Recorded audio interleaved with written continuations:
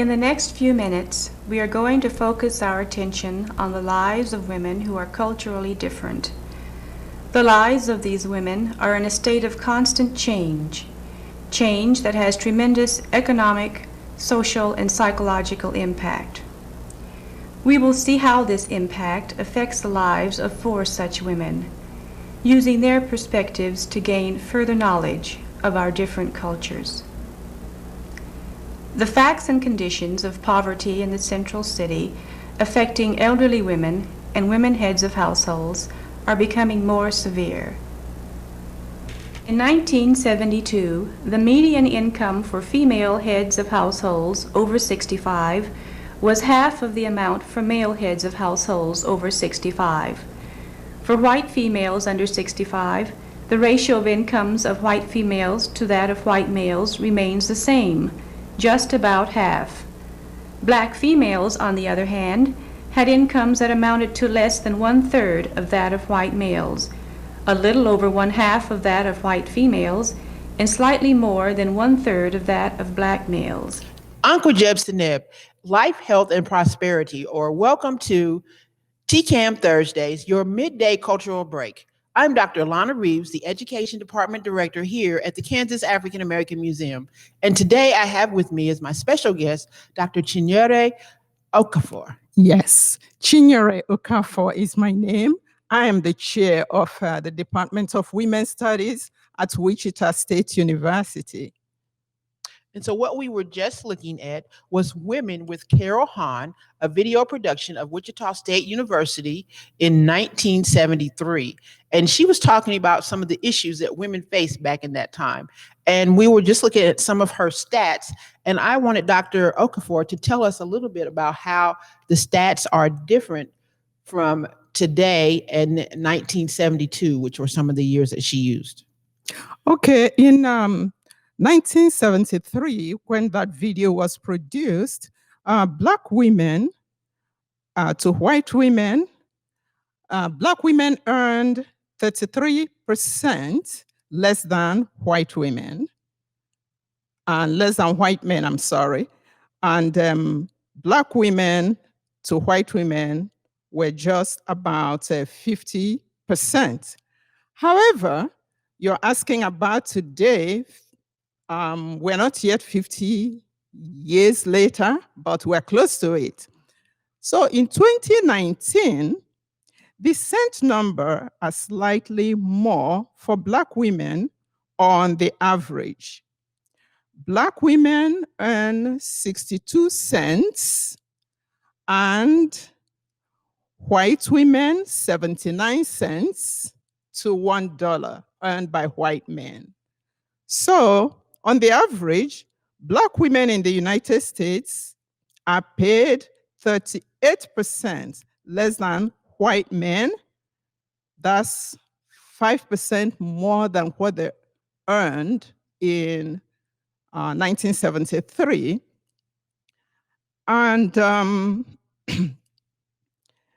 in 2019, also, we see that that slight change is less than what we expect, from the way society has been progressing or from the way America has been progressing. That is quite surprising in terms of statistics, but statistics don't lie. And so that's the comparison. And are there any factors that you can look at that kind of maybe keep it from getting closer to being what it ought to be, that we should be making a dollar just like white men, and as white women should be making $1 as well? The ideal thing actually is for every group in the society to feel equally appreciated in terms of the labor that they use for the society. However, that's not the case. And so we're still struggling to get to that point. In 2014, for example, that's like 41 years after 1973, African American women earned 64%, and Hispanic women earned 54% to the wages earned by white men. 64%. Yes, so we have a long way. Yes. So we were still right at about a third less than. So it only dropped like about what 2 or 3%. Yeah, about that. About that. In 2012, though, across all races, the poverty rate among families with male head of household was 12.4% for families headed by men. And for families headed by women, guess what? 46.6%. That's a wide gap. Yes, it is. Yeah. And if we break it down by state, I cannot go through all the states, but Texas, Georgia, DC, and Mississippi have very high level of Black women working full time. And so I will give you some statistics from those states. This for DC, 51 cents. That's what women earn. Yes, 51 cents to the dollar earned by white men. And for Mississippi, Black women earn 56 cents. 56. I just knew you were going to $1 earned by white men. A little bit better, but still not enough. Texas is a bit higher.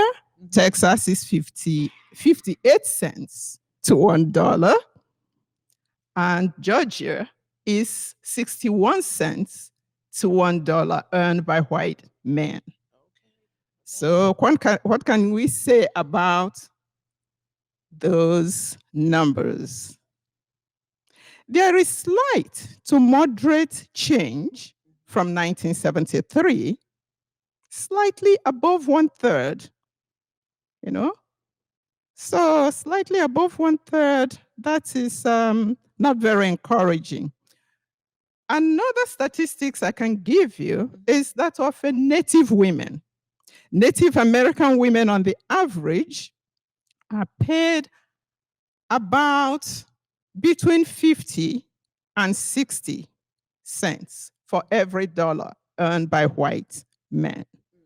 So the story goes. So on this note, I will say that we as a society have a lot of work to do to make life better and move towards equitable remuneration for everybody.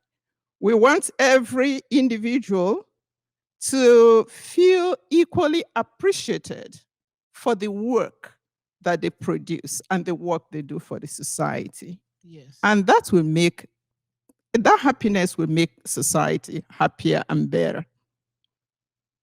I know one of the things that kind of happened in February was that President Biden introduced a stimulus package that included almost doubling the hourly rate for wages to $15 per hour. Do you think that could have a positive effect on helping narrowing the gap between what women make and what men make, if that should pass?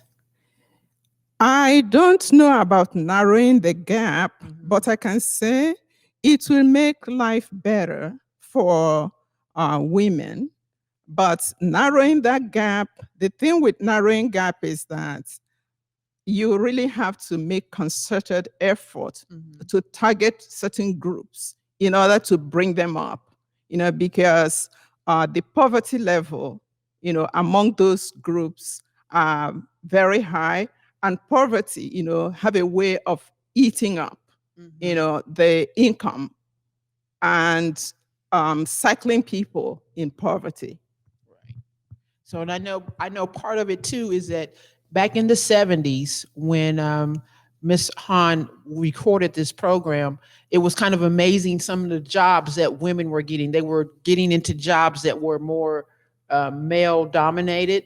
And now I guess we still have a lot of firsts with women taking on jobs. Like, but this year, we had our first African American woman vice president elected to office. Yeah. So, but and it's still happening. I mean, it's a shame that it's still happening. But do you think those kinds of gains are also helping to could help to narrow the gap that we continue to make strides forward in non-traditional jobs? Every effort made helps. So, talking about Kamala Harris, for example, she helps as a role model. Role modeling, help, because what you have in certain communities is that you do not have role models that people, women and men, can aspire to be like. So having some of these models on the national front, it helps. And also having them in our neighborhoods, having them in our schools, bringing women who have achieved to the classroom, bringing children to meet with them so that they see people who look like them. Those kind of contributions, help indirectly. But also the direct help is very important. Giving them access to education, giving access to more jobs, opening up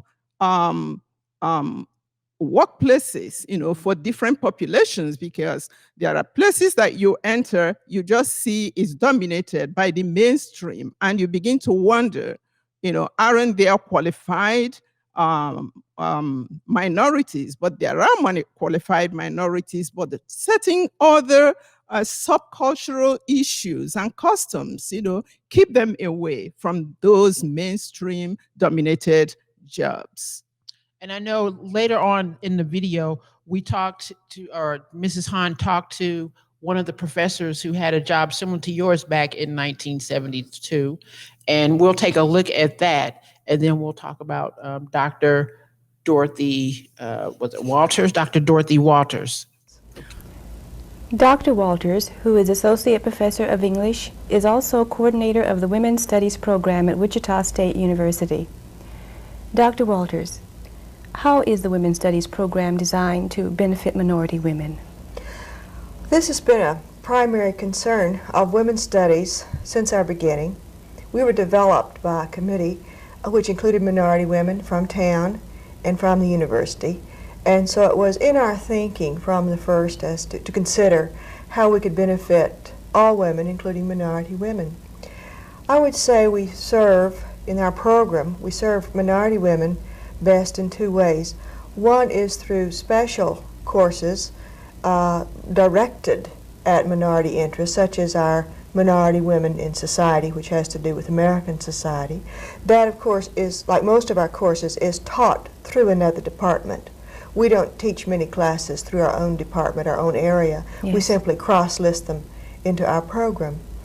But Minority Studies here on the campus does have a course that's been offered now for several years, and it's been very successful.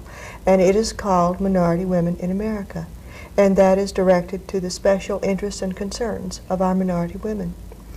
Now, the second way we try to serve minority women is through inclusion of materials in our courses that pertain to minority interests. Thus, we have another course which is called Women in Society. So that was Dr. Dorothy Walters, who is Wichita State University Associate Professor of Associate Professor of English and the Director of Women's Studies at Wichita State University. And can you speak to about the differences between what she was talking about back in 1972 and what's happening at Wichita State University today with you in charge of the Women's Studies Department? Okay, Professor Walters was in the forefront of founding Women's Studies, together with Carol Kanek.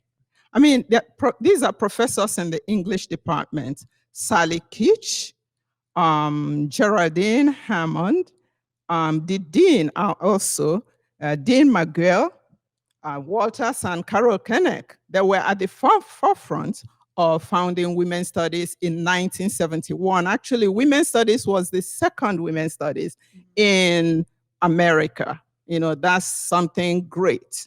That happened right there at Wichita State University? Happened at Wichita State University, yes. Awesome. The second in the whole country is women's studies at Wichita State.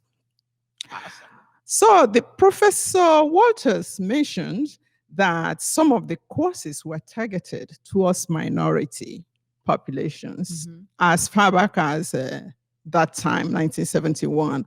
And that was a huge contribution and a good foundation that they laid, which we have continued to uphold in women's studies. We have actually created more courses like, believe it, Women and Hip Hop.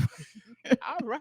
You know, that's another non-traditional position. Yes, the Black family, women in Africa. But also, as Professor Walters mentioned, she talked about infusing minority content in the courses. We still do that. Actually, when I came to Wichita State in 2002, there was a course called American Women in Popular Culture. It's still very popular today, but we have changed the name to Diverse Women in Popular Culture. Right. So we have continued with that tradition by creating courses, by infusing, and we also have a faculty, you know, from different backgrounds, cultural backgrounds, and also who do interdisciplinary research, which is very important in this in the kind of diversity content, you know, that we want to give to the students. And the result is that we have high enrollment of underrepresented populations, underrepresented minorities in our department.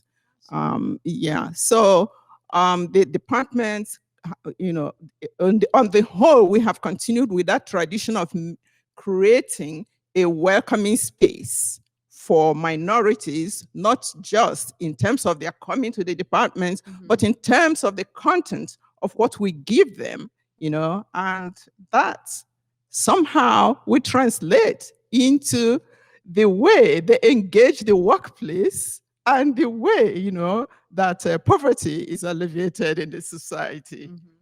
Yeah. So now I imagine too that now, just like minority studies is not just for minorities, that women's studies also includes men as well in the classes, correct? Yes. Women's studies is not just for women to study. Actually, it is targeted to everybody for people to learn the perspectives that they do not see in the mainstream. Perspectives coming from half of the population, more than half of the population, women, because women have their own perspectives. Perspectives coming from minorities, African Americans, Latino, Hispanic, LGBTQ, just Native American. Those perspectives, the cultures have perspectives that have been marginalized. And that is what women's studies try to bring, you know, to educate everybody of all colors and calling. Awesome. And so I know you teach some of those classes as well. Do you have a favorite class that you like to teach in the department? I do not have a favorite as such, but this semester I'm teaching theories of feminism. Okay. When people hear theories of feminism, some of the men, you know, that come to my classes, they think, you know, that when you say feminism, it means that you hate men or things like that. No, it's just using the perspectives developed from all populations, from mainstream and minorities, using them and seeing how they can synthesize, to help the society lift itself up. So when you marginalize a perspective, some people feel marginalized because of their perspective that's marginalized. So theories of feminism actually is just different ways that people are bringing up ideas to use in solving the oppression of women and minorities in the society. And when we talk about women's issues, it's not just about women, it's not just about white women, it's about all women and their children, including men. So we're talking about intersectional feminism, feminism that intersects and includes everybody and wants to make everybody Awesome. happy. Because I did notice that you did not say theory, but theories. So it is, and I think that that's probably one of the ways that they marginalize it, by thinking that there's just one theory of feminism. Everybody, every theory, every thinking, minority thinking, every thinking, they have something to contribute because they're coming from way back, and we cannot marginalize thinking that are centuries old. There is something very important in Native American thinking, that we can use to solve issues. In maybe it's the snowstorm that we've just heard. They've been having such things for centuries, and maybe there are things that we can learn from their perspective. So it's said theories, that come together, perspectives that come together. We do not talk about one. It's like when I talk to students and they talk about beauty as one, tall, slim, blah, blah, blah, I tell them we have different kinds of beauty. Hollywood is not the only kind of beauty. So it looks like we are coming close to the end of our program. So I wanted to tell our listeners for sure to go to the YouTube and check out this video, because there are many other areas that she discusses about 1972 that would help you to get a look at how things have changed and are changing from almost 50 years ago to today, but we still have quite a bit to do. But one of the things I wanted to be sure to ask you before we get out of here is, first, one, how has COVID-19 affected your classrooms? And then we're going to talk about a special program that she has coming up. So, how has COVID-19 affected the classrooms? It has affected enrollment. The first thing I noticed in my class that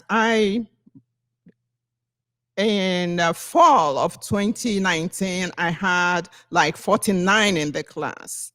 I was barely making 19 or 18 in that class, and they kept dropping. And when I emailed them or asked questions, of course, some of them will reply.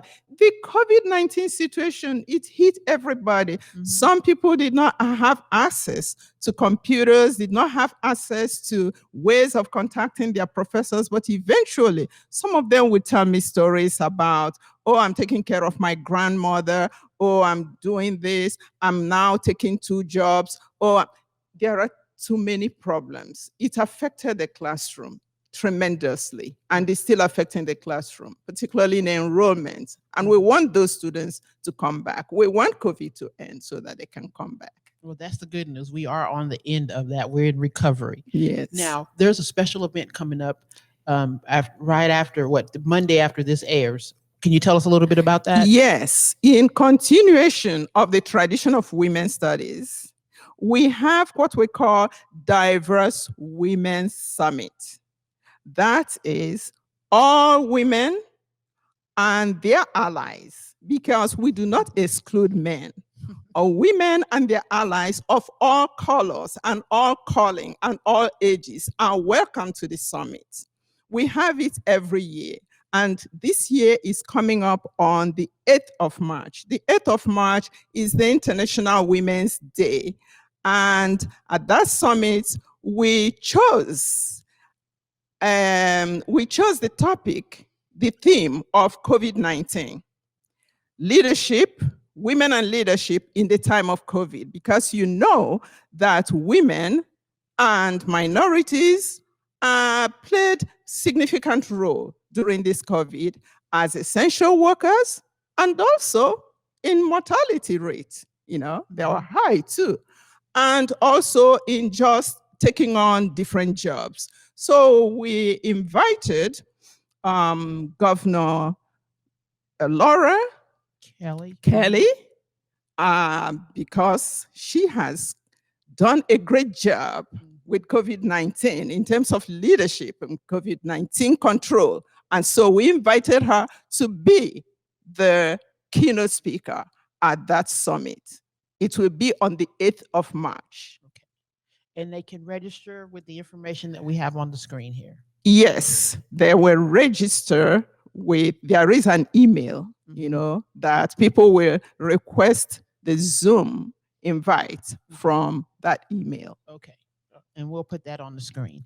And then also, thank you so much, Dr. Chinyere Okafor, for sitting in with me today to talk about women with Carol Hahn, which you can also see the entirety on YouTube, or check the link on our website. And I hope that you will tune in again on the third Thursday of this month for TKAAM Thursdays, your midday cultural break. And I'm Dr. Lana Reeves, bidding you until next time.